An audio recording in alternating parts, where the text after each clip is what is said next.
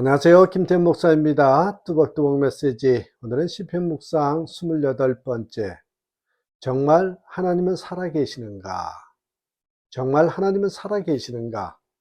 시편 28편 1절에서 9절 말씀 가지고 뚜벅뚜벅 함께 걸어갑니다.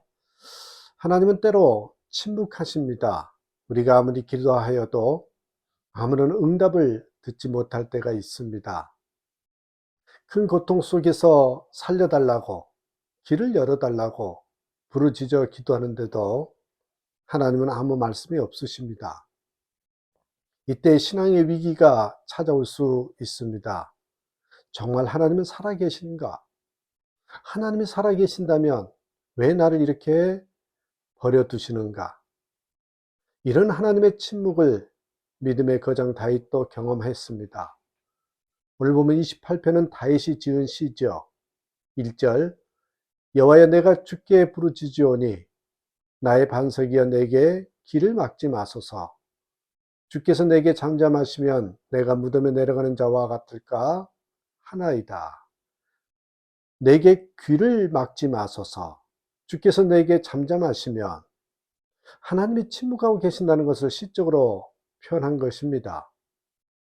다윗이 이 시를 지은 상황은 몹시 어려운 처지임을 알 수 있습니다. 악한 사람들이 다윗을 괴롭히고 있습니다. 그들은 겉으로는 화평을 말하지만 속에서는 이 악독을 품고 있지요. 이런 고통 속에서 다윗은 하나님께 부르짖으며 기도합니다. 저 악한 사람들을 그들이 지은 악행대로 갚아 주옵소서. 그런데도 하나님은 조용하십니다. 아무 말씀이 없으십니다. 그래서 다윗은 주님께 침묵하시면 나는 죽을 것 같다고 그렇게 말을 하지요. 얼마나 답답합니까? 하지만 하나님의 침묵, 여러분 이것이 우리에게 주시는 은혜가 있음을 알아야 됩니다. 먼저 하나님을 더 깊이 알아가게 해주지요. 구약성경 욥기의 주인공은 욥입니다. 온전하고 정직하여 하나님을 경외하며 악에서 떠난 자라고 1장 1절에서 말하죠.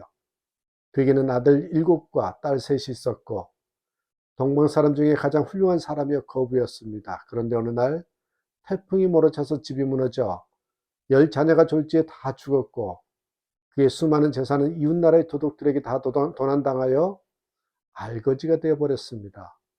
이런 고통 속에서 욥은 때로 하나님께 대들며 기도하고 항변하였지만 하나님은 침묵하셨습니다. 오랜 세월 고난을 잘 감당하고 있던 중 하나님께서 욥의 잘못을 책망하시면서 욥이 깨닫게 됐지요.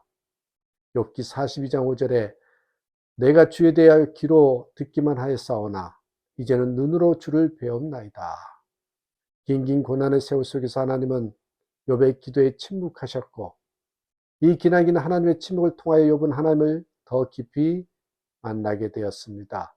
귀로 듣기만 하여 알던 하나님, 이제 눈으로 뵙는 것처럼 주님을 더욱 선명하게, 더 깊이 알게 되었습니다.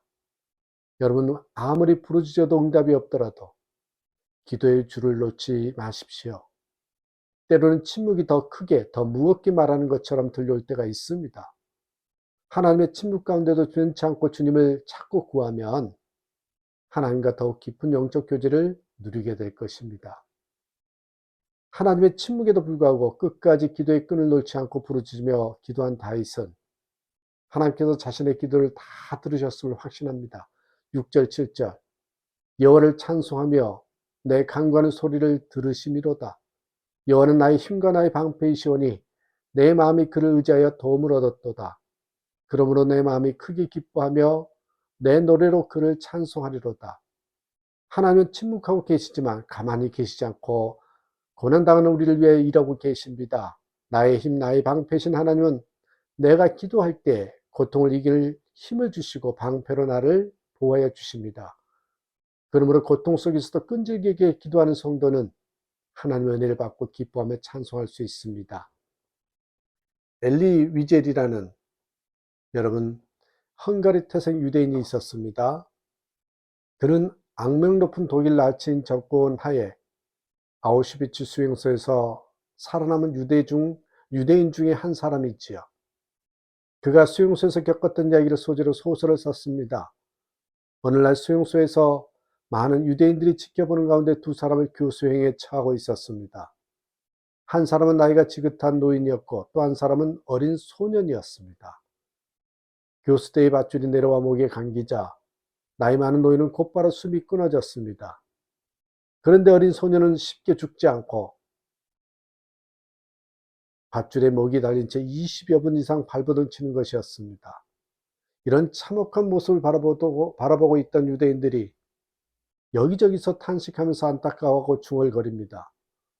도대체 하나님 살아계시는가? 하나님은 정녕 우리를 버리셨고 떠나셨단 말인가? 그런데 바로 그때 엘리 위젤의 마음속에 헤집고 들려오는 음성이 있었습니다. 나 여호와 너희 하나님은 바로 지금 여기 있다. 나는 저 교수대에 매달린 저 소년과 함께 매달려 있고 저 소년과 함께 아파하며 고통당하고 있다. 하나님은 침묵하시는 것이 아니라 우리와 함께 고통당하고 계십니다. 침묵 속에서도 하나님은 우리에게 고통을 감내할 힘과 용기를 주고 계십니다. 하나님의 침묵 기간은 우리에게 은혜의 기간입니다. 하나님을 더 깊이 알아가는 은혜, 오직 믿음으로만 살아가게 하는 은혜의 기간이 있지요. 고통 속에서도 하나님이 주신 은혜를 누릴 수 있는 그런 믿음의 사람이 되어야 합니다. 하나님은 정말 살아계시는가? 살아계십니다. 침묵 속에서도 하나님 분명한 목적을 가지고 우리를 이끌어 가신다는 걸 잊지 마시고 더욱더 하나님과 깊은 교제 속에 하나님과 가까워지는 저와 여러분의 삶이 되기를 주님의 이름으로 축복합니다.